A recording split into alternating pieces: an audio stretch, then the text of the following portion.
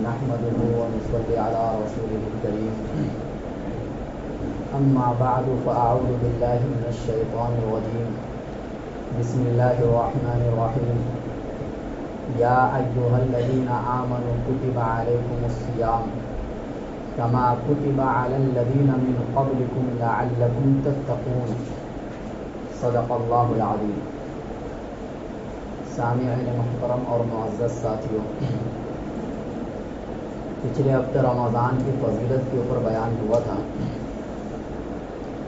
اور رمضان کی فضیلت اس کے علاوہ بھی بہت ساری ہیں، لیکن اس ہفتے انشاءاللہ روزے کی فضیلت کے اوپر بیان ہوگا. اللہ کے نبی صلی اللہ علیہ وسلم نے رمضان کی فضیلت الگ بیان کی ہے اور روزے کی فضیلت کو الگ بیان کیا ہے. دونوں الگ الگ چیزیں. روزہ شروع زمانے سے ہی ہے، حضرت آدم علیہ السلام کے زمانے سے ہی، لیکن رمضان کی یہ فضیلت صرف اس امت کو ملی ہے، باقی کسی اور امت کو نہیں ملی ہے. تو اسی لیے رمضان اس امت کی خصوصیت ہے، روزہ اس امت کی خصوصیت نہیں ہے. ہاں، روزے کی اتنی ساری فضیلت جو رمضان میں ہمیں ملتی ہے یہ اس امت کی خصوصیت ہے. تو اب ہم احادیث کی روشنی میں دیکھتے ہیں کہ اللہ کے نبی صلی اللہ علیہ وسلم نے روزے کی کن فضیلتوں کو بیان کیا ہے اور کتنی فضیلتوں کا ذکر احادیث مبارکہ میں آیا ہے. چنانچہ اللہ کے نبی صلی اللہ علیہ وسلم ایک حدیث میں تو فرماتے ہیں کہ اسلام کی بنیاد جہاں 5 چیزوں پر ہے ان میں سے ایک رمضان کا روزہ بھی ہے. بنی الاسلام علی 5 شہادت اللہ الہ الا اللہ وان محمد رسول اللہ واقام الصلاۃ وایتاء الزکاۃ والحج وصوم رمضان. اسلام کی بنیاد اس بات پر رکھی گئی ہے کہ اللہ کے علاوہ کوئی معبود نہیں اور محمد صلی اللہ علیہ وسلم اللہ کے رسول ہیں. نماز قائم کرنا، زکوٰۃ ادا کرنا، حج کرنا اور رمضان کے روزے رکھنا. تو پتہ یہ چلا کہ اسلام کی بنیاد رمضان کے روزے پر بھی ہے. اگر ایک آدمی رمضان کے مہینے میں روزہ نہیں رکھتا ہے تو یہ سمجھا جائے گا وہ اسلام کی بنیاد کو ڈھا رہا ہے. اور جس طریقے سے ایک خیمہ بنانے کے لیے چاروں طرف لکڑیوں کو لگانا ضروری ہے، اس خیمے میں مضبوطی پیدا کرنے کے لیے اگر اس میں سے ایک بانس کو بھی اگر آپ نکال دیں گے تو وہ خیمہ کیا ہو جائے گا؟ ٹیڑھا ہو جائے گا، اس میں کمزوری پیدا ہو جائے گی. اسی طریقے سے اگر رمضان کے مہینے میں آپ روزہ نہیں رکھیں گے تو ایسا سمجھو کہ اسلام کی جو عمارت تھی آپ میں، آپ نے اس کو ایک طرف سے کمزور کر دیا، ایک طرف سے آپ نے اس کو گرا دیا. اور اسی لیے رمضان کے مہینے کے روزے کا اگر کوئی شخص انکار کر دے تو وہ انسان دائرہ اسلام سے نکل جائے گا، کیونکہ یہ فرض ہے، اسلام کی بنیاد ہے. اس کے اوپر 4 عبادتوں کو جو مقام اسلام کے اندر حاصل ہے وہ کسی اور عبادتوں کو وہ مقام حاصل نہیں ہے، یعنی نماز، روزہ، زکوٰۃ اور حج. دوسری حدیث میں اللہ کے نبی صلی اللہ علیہ وسلم نے فرمایا کہ من صام رمضان ایمانا و احتسابا غفر له ما تقدم من ذنبه. بخاری شریف کی حدیث ہے کہ وہ شخص جو رمضان کے مہینے کا روزہ رکھے گا ایمان کے ساتھ، یعنی یقین کے ساتھ اور ثواب کی امید کرتے ہوئے، رسمن روزہ نہ رکھے، ثواب کی امید ہو، اللہ کی رضا مقصود ہو، تو اللہ کے نبی نے فرمایا کہ اس کے پچھلے جتنے بھی صغیرہ گناہ ہیں وہ تمام کے تمام معاف ہو جائیں گے. دوسری حدیث میں اس بات کی اور وضاحت ہے کہ اللہ کے نبی نے فرمایا من صام رمضان، کہ جو شخص رمضان کے مہینے کا روزہ رکھے، وعرف حدودہ، اور اس کے حدود کی پاسداری کرے، یعنی جو روزے کے آداب ہیں ان آداب کا مکمل خیال کرے، وعرف حدودہ، وتحفظ مما کان ينبغي له، اور جن چیزوں سے حفاظت کرنے کو کہا گیا ہے ان تمام چیزوں سے روزے کی حفاظت کرے، کفر ما قبلہ، تو اس کے ما قبل جتنے بھی گناہ ہیں وہ تمام کے تمام یہ روزہ اس کو مٹا دے گا. یعنی گناہوں کو مٹانے کی صلاحیت روزے کے اندر موجود ہے. یہ روزے کی دوسری خصوصیت ہے. تیسری خصوصیت جو اللہ کے نبی صلی اللہ علیہ وسلم نے فرمایا کہ والذی نفسی بیدی لخلوف فم الصائم اطیب عند اللہ تعالی من ریح المسک یترک طعامہ وشرابہ وشہوتہ من اجلی. یہ بھی صحیح بخاری کی حدیث ہے کہ اللہ کے نبی صلی اللہ علیہ وسلم نے فرمایا اس ذات کی قسم جس کے قبضے میں میری جان ہے، روزہ دار کے منہ کی بدبو اللہ تعالیٰ کو مشک و عنبر سے بھی زیادہ پسندیدہ ہے، اور وہ اپنے کھانے کو، اپنے پینے کو اور اپنی شہوت کو چھوڑ دیتا ہے صرف میری رضا کے لیے. اس حدیث کے اندر اللہ کے نبی صلی اللہ علیہ وسلم نے کیا فرمایا کہ معدہ کے خالی ہونے کی وجہ سے جو منہ کے اندر ایک قسم کی بدبو پیدا ہوتی ہے، یہ بدبو اللہ تعالیٰ کو مشک جو ایک قیمتی خوشبو ہے اس خوشبو سے بھی زیادہ اللہ تعالیٰ کو یہ بدبو پسند ہے. اللہ کے نبی سمجھانا کیا چاہ رہے ہیں کہ دیکھو روزے کا ایک اثر ہے، بدبو جو منہ کے اندر پیدا ہوتی ہے یہ روزے کا ایک اثر ہے. اللہ کے نبی یہ سمجھانا چاہ رہے ہیں کہ جب روزے کا اثر اللہ کو اتنا زیادہ پسند ہے تو خود روزہ اللہ کو کتنا پسند ہوگا. اور اس قسم کی مثال حدیث میں ملتی ہے کہ کبھی کبھی عبادت کا اثر اللہ کو اتنا پسند ہوتا ہے تو سمجھو عبادت کتنی پسند ہوگی. جیسے مثال کے طور پر ترمذی کی حدیث میں اللہ کے نبی نے فرمایا کہ اللہ کے ڈر سے آپ کی آنکھوں سے جو آنسو نکلتا ہے یہ آنسو کا قطرہ اللہ کو بہت پسند ہے. ایک اسی حدیث میں فرمایا کہ اللہ کے راستے میں جو آپ کا خون بہتا ہے یہ خون اللہ کو بہت پسند ہے. اسی حدیث میں اللہ کے نبی صلی اللہ علیہ وسلم نے فرمایا کہ اللہ کے راستے میں جو اثر، جو گرد و غبار آپ کے جسم پر پڑتا ہے وہ گرد و غبار اللہ کو بہت پسند ہے. اور اسی حدیث میں اللہ کے نبی نے فرمایا کہ عبادتوں کے کرنے پہ جو اثر آپ کے جسم میں نمودار ہوتا ہے، جیسے سجدہ کرتے کرتے پیشانی پر اثر آنے لگا، یا ٹھنڈی میں آپ وضو کرتے ہیں اور آپ کا ہاتھ پیر پھٹنے لگتا ہے، یہ عبادتوں کا اثر اللہ کو بہت پسند ہے. تو پتہ یہ چلا کہ عبادتوں کا جب اثر اللہ کو اتنا پسند ہے کہ مشک جتنی آپ کو پسند ہے اس سے کہیں زیادہ اللہ تعالیٰ کو منہ کی بدبو پسند ہے، تو خود روزہ اللہ تعالیٰ کو کتنا پسند ہوگا آپ اس کا اندازہ نہیں لگا سکتے. یہ تیسری خصوصیت ہوئی روزے کے بارے میں. چوتھی خصوصیت صحیح بخاری کی حدیث میں اللہ کے نبی صلی اللہ علیہ وسلم نے فرمایا کہ الصیام لی وانا اجزی بی والحسنۃ بعشر امثالها، کہ روزہ میرے لیے ہے، اب میں خود روزے کا بدلہ دیتا ہوں اور ایک نیکی کا بدلہ 10 نیکی کرنے کے برابر ثواب ملتا ہے. یعنی اس حدیث میں اللہ کے نبی صلی اللہ علیہ وسلم نے ایک اصول بیان فرمایا کہ عام طور سے اگر کوئی عبادت آپ کریں گے تو ایک نیکی کرنے کا اللہ تعالیٰ کے یہاں 10 نیکی ہے. یہ اصول خود قرآن کریم کے اندر بھی موجود ہے کہ من جاء بالحسنۃ فلہ عشر امثالها، کہ ایک نیکی کرنے پر آپ کو 10 نیکی ملے گی.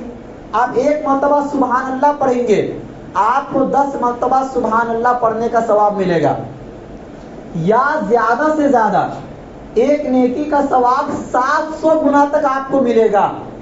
اگر اخلاص ہو، خشوع خضوع ہو عبادتوں کے اندر، تو آپ گویا کہ ایک مرتبہ نماز پڑھے تو 700 مرتبہ نماز پڑھنے کا ثواب بھی مل سکتا ہے آپ کو، اخلاص کی بنیاد پر اور خشوع اور خضوع کی بنیاد پر. لیکن 2 عبادتیں ایسی ہیں اللہ تعالیٰ کے یہاں کہ اس کا ثواب 700 گنا تک نہیں بلکہ اس سے زیادہ اتنا ملتا ہے کہ فرشتوں کو بھی نہیں معلوم ہے، اور نہ اللہ نے فرشتوں کو بتایا۔ ان میں سے ایک تو خود روزہ ہے کہ اللہ کے نبی صلی اللہ علیہ وسلم نے فرمایا کہ اللہ فرماتے کہ روزہ میرے لیے ہے اور میں خود روزے کا بدلہ دیتا ہوں، اور اس کا کیا بدلہ ہے یہ اللہ کے علاوہ کسی کو نہیں معلوم۔ اب دوسرے اللہ کے راستے میں خرچ کرنے کا ثواب، صدقات، زکوٰۃ یا اس طریقے سے غریبوں کی مدد کرنے کا جو ثواب اللہ تعالیٰ کے یہاں ہے، ایک اصول تو اللہ نے بیان کیا خود قرآن کریم کے اندر کہ 700 گنا تک ملتا ہے، اور واللہ یضاعف لمن یشاء، اور 700 سے بھی آگے اللہ جس کے لیے چاہتے بڑھا دیتے ہیں۔ کتنا بڑھاتے ہیں یہ اللہ کے علاوہ کسی کو بھی نہیں معلوم ہے۔ تو ابھی روزے کے بارے میں سمجھنا ہے کہ اللہ کے نبی صلی اللہ علیہ وسلم کیا فرما رہے ہیں کہ اللہ یہ فرماتے ہیں، حدیث قدسی ہے یہ، کہ روزہ میرے لیے ہے اور میں خود روزے کا بدلہ دیتا ہوں، اور اس کا ثواب عام عبادتوں سے ہٹ کر ہے۔ آپ کو نماز کا ثواب پتہ چل جائے گا، حج کا ثواب پتہ چل جائے گا، زکوٰۃ کا ثواب یا اسی طریقے سے اور عبادتوں کا ثواب آپ کو پتہ چل جائے گا، لیکن روزے کے ثواب کا بدلہ اللہ تعالی نے فرشتوں کو بھی نہیں بتایا۔ اب سوال یہ پیدا ہوتا ہے کہ روزے کے بارے میں اللہ یہ کیوں فرما رہے ہیں کہ روزہ میرے لیے ہے، حالانکہ ہر عبادت اللہ کے لیے ہے، نماز بھی اللہ کے لیے ہے، حج بھی اللہ کے لیے ہے، زکوٰۃ بھی اللہ کے لیے ہے، صرف روزے کے بارے میں اللہ یہ کیوں فرما رہے ہیں کہ روزہ میرے لیے ہے اب میں خود اس کا بدلہ دیتا ہوں؟ حالانکہ عبادتوں میں اگر آپ دیکھیں گے تو نماز سب سے اہم عبادت ہے، روزے سے بھی بڑی عبادت نماز ہے اسلام کے اندر، لیکن اس کے باوجود اللہ کے نبی اس حدیث قدسی میں اللہ کی طرف یہ نسبت کر کے فرما رہے ہیں کہ اللہ فرماتے کہ روزہ میرے لیے ہے۔ اس کا جواب یہ ہے کہ دیکھو اور عبادتوں کے اندر ریا کا احتمال ہو سکتا ہے، دکھلاوے کا احتمال ہو سکتا ہے، کیونکہ ہر عبادت کو کرنے میں آپ کو اپنے جسم کو حرکت دینی پڑتی ہے۔ آپ نماز پڑھیں گے تو نماز میں آپ کا جسم حرکت کرتا ہے، دوسرا آدمی دیکھ سکتا ہے کہ آپ نماز پڑھ رہے ہیں۔ آپ حج کریں گے تو بھی دوسرا آدمی آپ کو دیکھ سکتا ہے کہ آپ حج کر رہے ہیں۔ آپ کسی کو زکوٰۃ کا پیسہ دیں گے تو بھی تو سامنے والا دیکھ رہا ہے جس کو آپ دے رہے ہیں، اگر کوئی نہ دیکھے تو پتہ یہ چلا کہ دنیا میں جو بھی عبادتیں ہیں ہر عبادت کو کرنے میں جسم میں حرکت پیدا ہوتی ہے، اور ان عبادتوں کو دوسرا آدمی دیکھ سکتا ہے، اب دیکھنے کی وجہ سے ان عبادتوں میں دکھلاوے اور ریا کا احتمال ہو سکتا ہے کہ جو کہ گناہ کبیرہ ہے عبادتوں کے اندر ریا کا پیدا ہونا۔ لیکن روزہ ایک ایسی عبادت ہے کہ آپ کے چاہنے کے باوجود بھی کوئی دوسرا ان عبادتوں کو نہیں دیکھ سکتا ہے، کیونکہ ایک آدمی روزے دار ہے اور ایک آدمی روزے سے نہیں ہے، اور دونوں آپ کے سامنے بیٹھا ہوا ہے، تو آپ یہ اندازہ لگا سکتے، پتہ لگا سکتے ہیں کہ کون روزے سے کون روزے سے نہیں ہے؟ کوئی بھی پتہ نہیں لگا سکتا ہے۔ روزے کے بارے میں صرف وہی انسان جان سکتا ہے کہ میں روزے سے ہوں یا نہیں ہوں، دوسرا اس کے گھر کا آدمی بھی اگر وہ نہ بتائے سامنے والے کو تو کوئی بھی پتہ نہیں لگا سکتا ہے کہ یہ آدمی روزے سے ہے یا نہیں ہے۔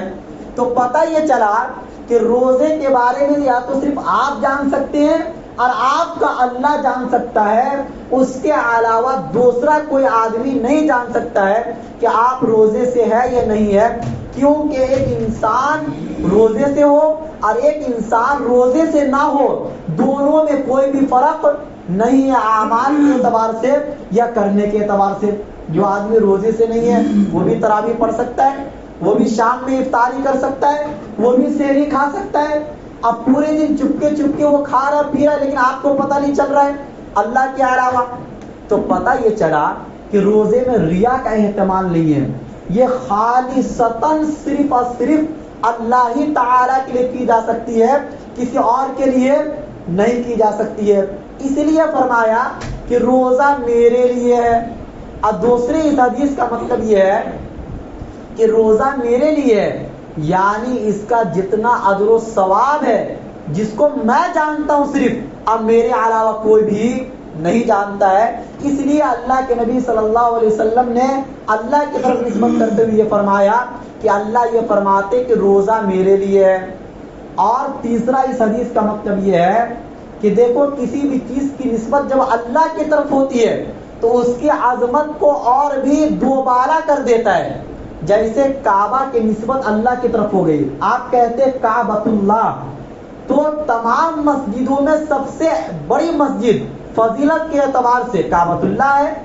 یا آپ کلام کو کہتے کلام اللہ، تو دنیا کے تمام کلاموں میں سب سے بڑا کلام قرآن شریف ہے۔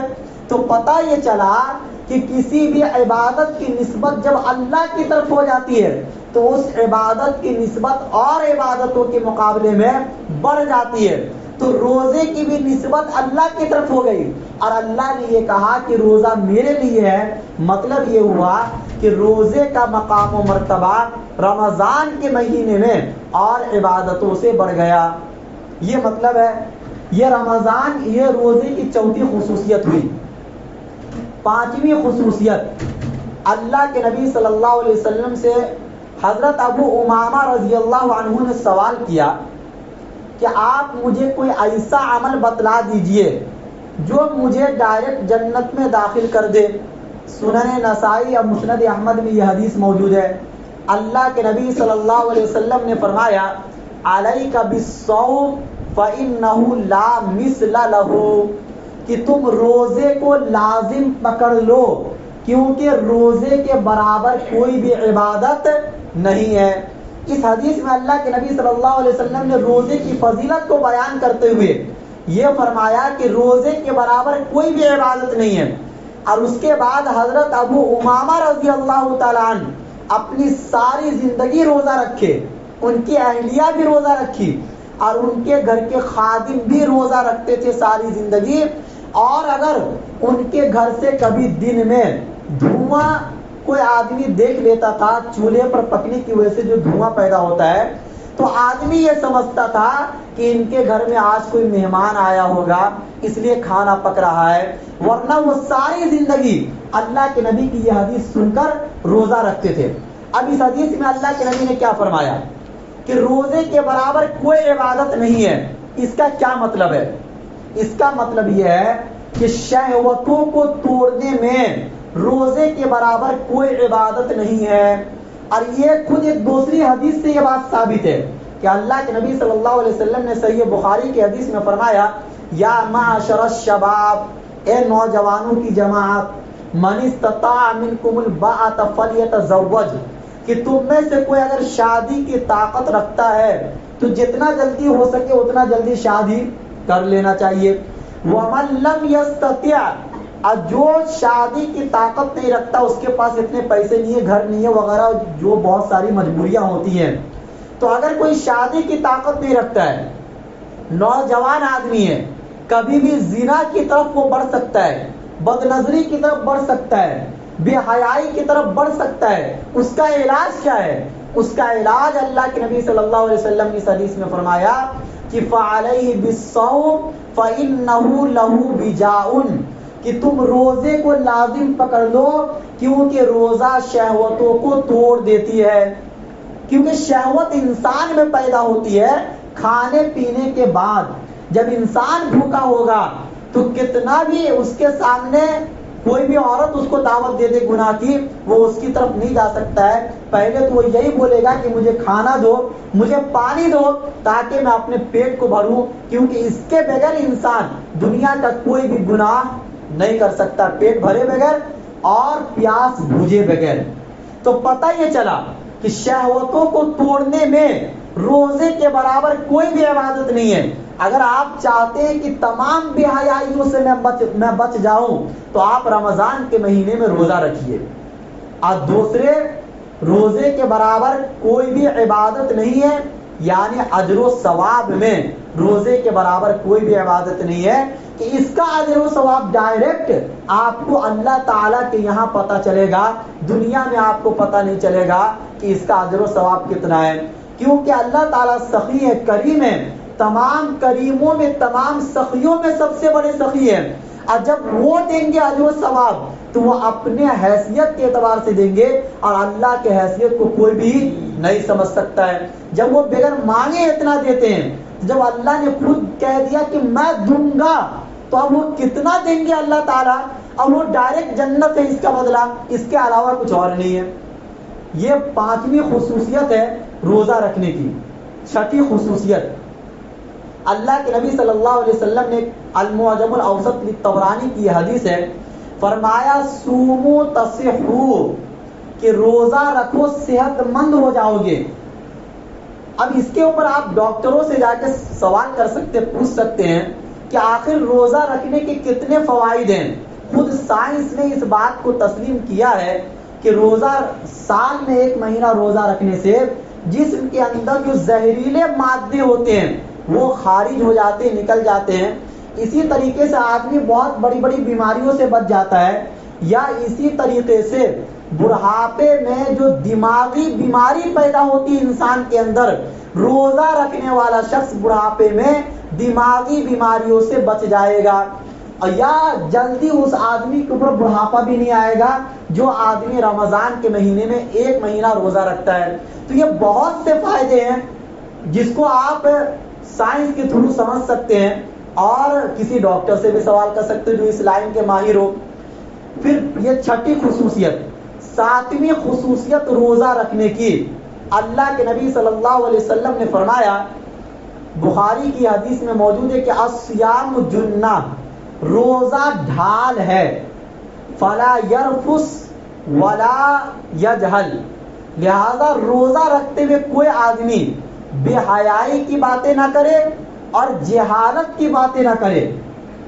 وَإِنْ قَاتَلَهُ أَوْ شَاتَمَهُ فَلْيَقُلْ إِنِّي صَائِمٌ مَرَّتَيْنِ، اور اگر کوئی اس سے لڑنے آئے یا اس سے کوئی گالن گلوچ کرے تو اس سے وہ کہہ دے کہ میں روزے سے ہوں، 2 مرتبہ کہہ دے۔ اس حدیث میں اللہ کے نبی صلی اللہ علیہ وسلم یہ فرما رہے ہیں کہ روزہ ڈھال ہے۔ دوسری حدیث میں اس کی وضاحت ہے کہ وَالصَّوْمُ جُنَّةٌ مِّنَ النَّارِ، کہ روزہ ڈھال ہے جہنم سے۔ تیسری حدیث میں اللہ کے نبی صلی اللہ علیہ وسلم نے فرمایا کہ الصیام جنہ وحصن حصین من النار، کہ روزہ ڈھال ہے جہنم سے اور جہنم سے بچنے کا مضبوط قلعہ ہے۔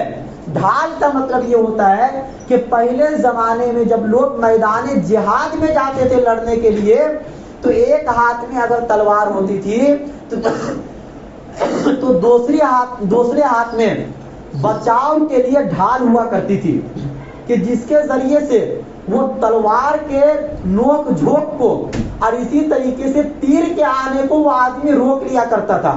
مطلب یہ ہوا کہ جو ڈھال جو ہوتی تھی یہ آدمی کے بچاؤ کا ذریعہ ہوتا ہے۔ آج بھی آپ دیکھیں گے کہ جو پولیس وغیرہ ہوتے ہیں ان کے ہاتھ میں کچھ ایسا لمبا سا ہوتا ہے جس کے ذریعے سے وہ بچاؤ کرتے ہیں پتھروں کے آنے سے۔ تو ہر زمانے میں الگ الگ چیزیں ہوتی ہیں اپنی حفاظت کے لیے۔ تو اللہ کے نبی نے اس حدیث میں مثال دے کر یہ سمجھایا ہے کہ اگر ایک آدمی کے جہنم میں جانے کا فیصلہ ہو گیا اور وہ آدمی جہنم میں جا رہا ہے تو روزہ بیچ میں آ کے ڈھال بن جائے گا اس کے لیے، اور اس کو جہنم میں جانے سے یہ روزہ روک دے گا۔ یہ مطلب ہوا اس حدیث کا۔ لیکن یہ روزہ ڈھال بنے گا اسی وقت جو اللہ کے نبی صلی اللہ علیہ وسلم نے اس حدیث میں آگے فرمایا ہے۔ کیا فرمایا؟ 2 باتوں سے آپ کو بچنا پڑے گا۔ نمبر 1، شہوانی باتیں اور شہوانی کاموں سے اپنے آپ کو بچانا پڑے گا۔ شہوانی باتیں سے مراد کہ بیوی سے دل لگی کرنا، ہنسی مذاق کرنا۔ اگرچہ روزہ آپ کا نہیں ٹوٹے گا ہنسی مذاق کر لینے سے، لیکن اگر آپ مکمل طور سے روزے کو جہنم سے بچنے کا ڈھال بنانا چاہتے ہیں تو آپ کو روزہ رکھ کر بیویوں سے بھی ہنسی مذاق کرنے سے اور دل لگی کرنے سے آپ کو بچنا پڑے گا. یہ شہوانی باتوں سے بچنا ہوا. اور شہوانی افعال سے بچنے کا مطلب یہ ہوا کہ بیوی سے بوس و کنار کرنے سے بھی آپ کو بچنا پڑے گا. اگرچہ ایک آدمی کو اگر اپنے نفس پر اطمینان ہے اور وہ زیادہ آگے نہیں بڑھے گا اور وہ بوسہ لے لیا تو روزہ نہیں ٹوٹے گا روزے کی حالت میں.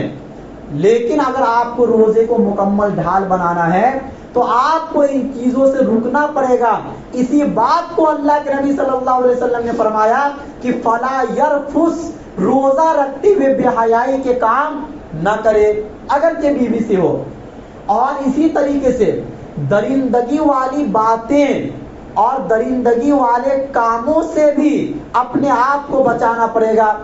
درندگی والے باتوں سے مراد گالم گلوچ کرنا، غیبت کرنا، چغلی کرنا، جھوٹ بولنا، کسی کی برائی کرنا، یہ تمام گناہ جس کو عام طور سے معاشرے میں گناہ نہیں سمجھا جاتا ہے، روزہ رکھتے ہوئے آپ کو ان تمام گناہوں سے بچنا پڑے گا.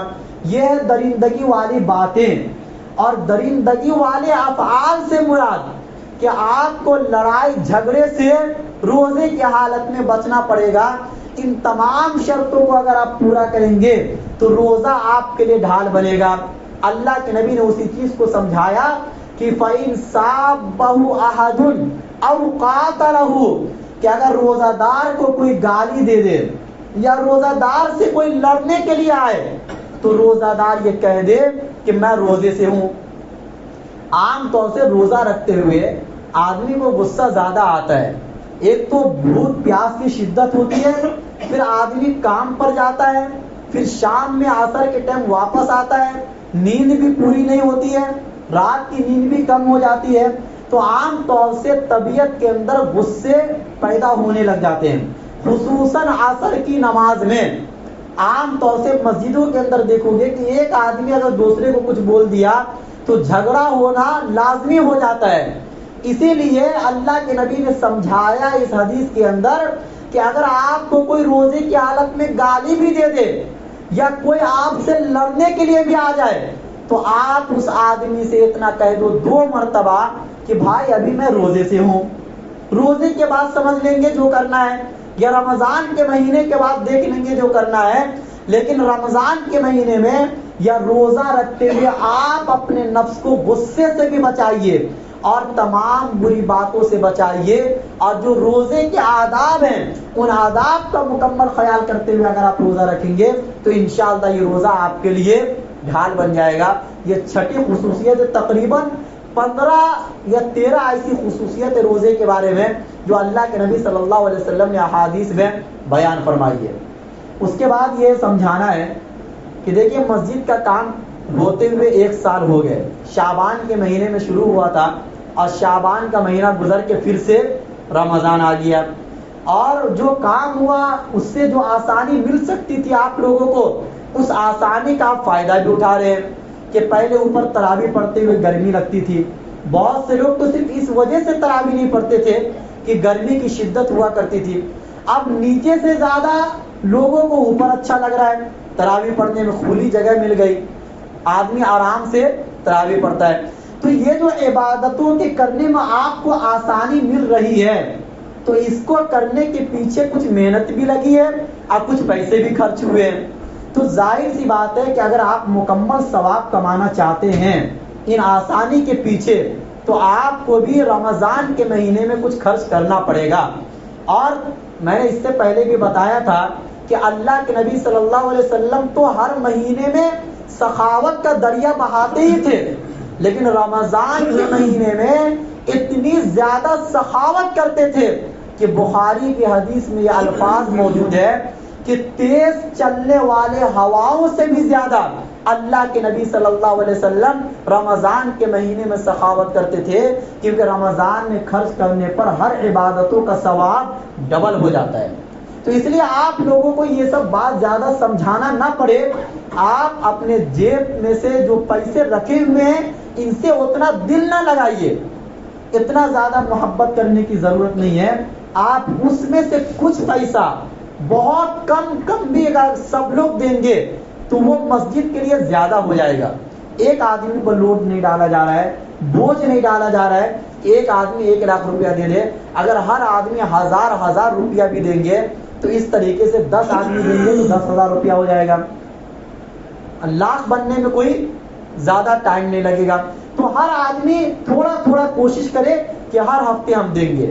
اور دوسرے پھر وہی بات کہ جو 2 خصوصیت ہے رمضان کی, جو اس سے پہلے بھی میں بتایا تھا کہ جو رمضان کی جان ہے, نمبر 1 روزہ رکھنا. ابھی زیادہ دن نہیں گزرے ہیں, اگر کوئی روزہ ابھی بھی نہیں رکھ رہا ہے, ابھی 8 ہی روزے گزرے ہیں, اس کے پاس بہت ٹائم ہے کہ وہ توبہ کرے اپنے اس فعل سے اور روزہ رکھنے شروع کر دے. کیونکہ رمضان کا مہینہ ایک ایسا مہینہ کہ اگر آپ روزہ نہیں رکھیں گے تو رمضان آیا یا نہیں آیا یہ دونوں آپ کے لیے برابر ہے.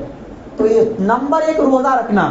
نمبر 2 رات کی تراویح, یہ رمضان کی جان ہے. اس سے پہلے بھی میں نے بتایا تھا کہ یہ سمجھ کے مت چھوڑ دینا کہ یہ سنت نماز ہے, کیونکہ اللہ کے نبی صلی اللہ علیہ وسلم نے بخاری کے حدیث میں فرمایا کہ اگر مجھے امت کے اوپر مشقت کا اندیشہ نہ ہوتا تو اس نماز کو میں فرض کر دیتا. اور اسی وجہ سے اللہ کے نبی صلی اللہ علیہ وسلم اپنی پوری زندگی میں صرف 3 دن تراویح کی نماز پڑھے ہیں. کیوں؟ صحابہ کی بھیڑ کو دیکھ کر اتنے صحابی آ گئے تراویح کی نماز پڑھنے کے لیے کہ مسجد نبوی پوری بھر گئی اور صحابی مسجد کے باہر تک آ گئے, لائن لگ گئی. اللہ کے نبی کو یہ ڈر ہونے لگا کہ اگر اللہ تعالیٰ صحابہ کے یہ شوق کو دیکھ لیں گے تو کہیں اس نماز کو فرض نہ کر دے. چوتھی رات اللہ کے نبی صلی اللہ علیہ وسلم تراویح پڑھانے کے لیے ہی نہیں آئے. اب پھر پوری زندگی تراویح کی نماز اللہ کے نبی نے جماعت سے نہیں پڑھائی, اسی ڈر اور اندیشے کی وجہ سے کہ کہیں یہ نماز فرض نہ ہو جائے اور پھر 20 رکعت پڑھنا مشکل ہو جائے گا. تو اسی لیے تراویح بالکل بھی نہ چھوڑے, چاہے آپ کتنے بھی تھکے ہوئے ہو, چاہے کتنی بھی نیند آ رہی ہو, کوشش یہ کرے کہ آپ تراویح کی نماز مکمل پڑھے. آپ پورے مہینے پڑھنے کی کوشش کرے, 3 دن پڑھے 3 دن نہ پڑھے, ایسا آپ کو نہیں کرنا ہے. اور دوسرے تراویح کی نماز تو ہوتی رہے گی, سب کام ہوتا رہے گا. رمضان کے مہینے میں ایک مہینہ بس ایسا آتا ہے جس میں آپ کو امام اور مؤذن کے خیال کرنے کی طرف توجہ دلائی جاتی ہے, ورنہ 11 مہینے آپ کو نہ ٹوکا جاتا ہے نہ آپ سے سوال کیا جاتا ہے. رمضان کے مہینے میں بھی سوال آپ سے نہیں ہوتا ہے, بلکہ یہ آپ لوگوں کا ایک حق بنتا ہے کہ آپ اپنے امام اور مؤذن کی خدمت کریں. یہ ایک حق بنتا ہے, کیونکہ جن کے پیچھے آپ پورا رمضان ایک اہم عبادتوں کو انجام دے رہے ہیں, ان کے بغیر یہ عبادتیں آپ انجام نہیں دے سکتے ہیں. اور رمضان کے مہینے میں آپ کو معلوم ہے کہ خرچ بڑھ جاتا ہے, بہت ساری ضروریات ہیں. امام مؤذن کے بھی رشتہ دار ہوتے ہیں, خاندان والے ہوتے ہیں, بال بچے ہوتے ہیں, بیویاں ہوتی ہیں, ان کے گھر میں بھی خرچ ہوتا ہے. آج کل لوگ یہ سمجھتے ہیں کہ امام مؤذن فرشتہ ہوتا ہے, نہ ان کی بیویاں ہوتی ہیں, نہ ان کو بیوی کے پاس جانے کی ضرورت ہے, نہ ان کے بچے ہوتے ہیں, نہ کوئی کچھ نہیں, نہ وہ بات کر سکتا ہے نہ کچھ کر سکتا ہے. بس وہ جس کو جیسا رکھا گیا پتھر کی طرح ایک جگہ پر اس کو بیٹھا دیا گیا تو اسی طریقے سے بیٹھے رہے. کچھ لوگ ایسا سمجھتے ہیں, یہ سمجھنا آپ کا غلط ہے. آپ رمضان کے مہینے میں دل کھول کر ہر ایک کی مدد کیجئے. پہلے تو ان لوگوں کی مدد کیجئے جو آپ کے پیسے کے مستحق ہے, یعنی زکوٰۃ, صدقات, فطرہ. دوسرے نمبر پر آپ مسجد کی خدمت کیجئے. مسجد کے بعد آپ کے پاس اگر بچے اور اللہ نے دیا ہے تو آپ امام مؤذن کی بھی خدمت کیجئے. اللہ ہم سب کو کہنے سننے سے زیادہ عمل کرنے کی توفیق نصیب فرمائے.